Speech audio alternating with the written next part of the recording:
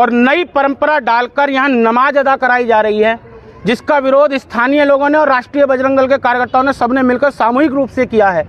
अस्सलामुअलैकुम नाज़रीन, आप देख रहे हैं हमारा YouTube चैनल और मैं हूं जुबारिया रहमान। उत्तर प्रदेश के शहर मुरादाबाद शहर के कस्बे लाजपत नगर में जाकिर हुसैन के घर अब ताले पड़े हैं, जहां गुज़िश्ता 25 मार्च बरोज शनिचर नमाज तरावी अदा किए जाने पर हिंदू तंजीम राष्ट्रीय बजरंग दल के हंगामे के बाद तरावी की अदायगी को रोक दिया गया था। इस गेट पर पोस्टर लगाए गए थे जिन पर लिखा था रमजानुल मुबारक, तरावी में 3 सिपारे पढ़ाए जाएंगे इंशाअल्लाह 8:15 पर। इस घर के दोनों जानिब हिंदू खानदान रहते हैं। इस इलाके में हिंदुओं की बड़ी तादाद बसती है। शनिचर के रोज जब उस घर में नमाज तरावी अदा की जा रही थी तो हिंदू तंजीम राष्ट्रीय बजरंग दल के लोगों ने वहां शोर शराबा किया। उस घर में 9 रोज तक नमाज तरावी पढ़ी जानी थी, लेकिन तीसरे रोज ही राष्ट्रीय बजरंग दल के हंगामे की वजह से यहाँ तरावी की अदायगी को रोक दिया गया। उन्होंने फोटो खींच के भेजे हैं, उनके फोटो तक हैं नमाज अदा करने के। ये नई परंपरा बिल्कुल नहीं पढ़ने देंगे हम।